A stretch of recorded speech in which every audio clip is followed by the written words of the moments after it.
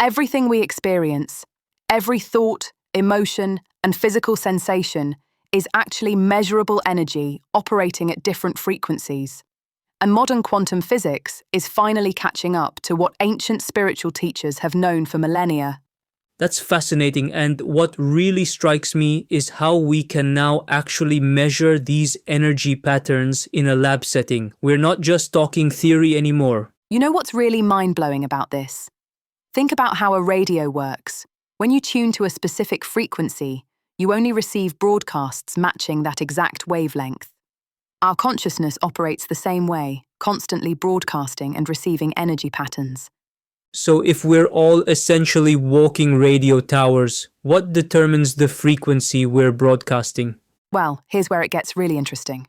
Our frequency is shaped by everything from our thoughts and emotions to our deeply held beliefs and the stories we tell ourselves.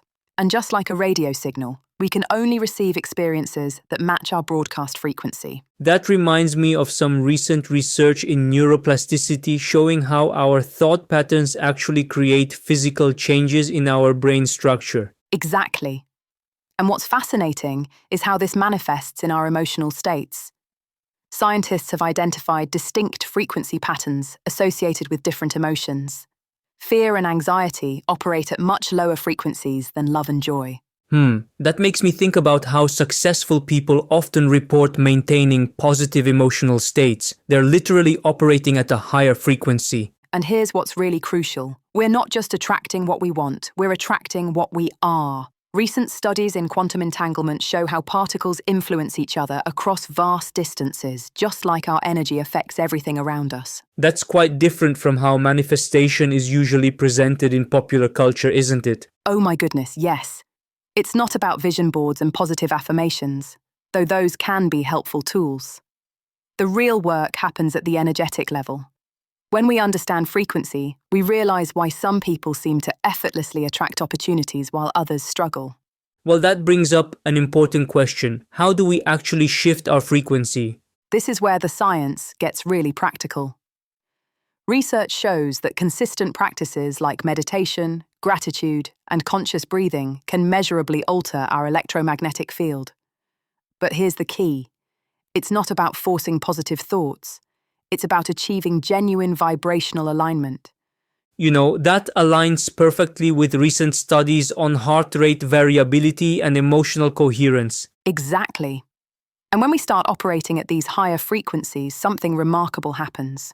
Our intuition sharpens, our manifestation accelerates, and we start seeing through limitations that once seemed so solid.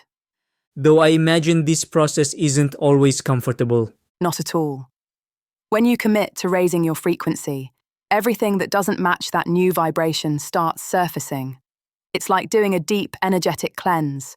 Old wounds, limiting beliefs, toxic relationships all come up for healing. That explains why personal growth can feel so challenging sometimes. And here's what makes this understanding so powerful. Once you move through that discomfort, everything changes.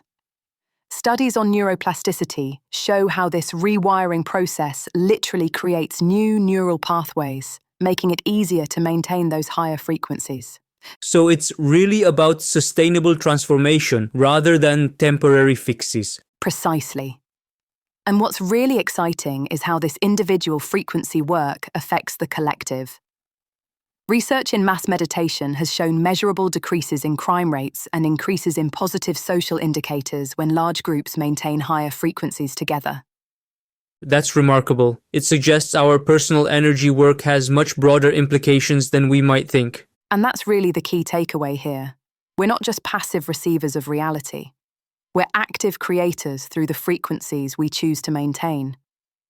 Every thought, every emotion, every choice is broadcasting a signal that shapes not just our personal experience, but contributes to the collective field. That's quite a responsibility when you think about it. Indeed, but also incredibly empowering, because it means that at any moment we can choose to shift our frequency and begin creating a different reality. The science is clear. Everything is energy, and we're all masters of our own broadcast.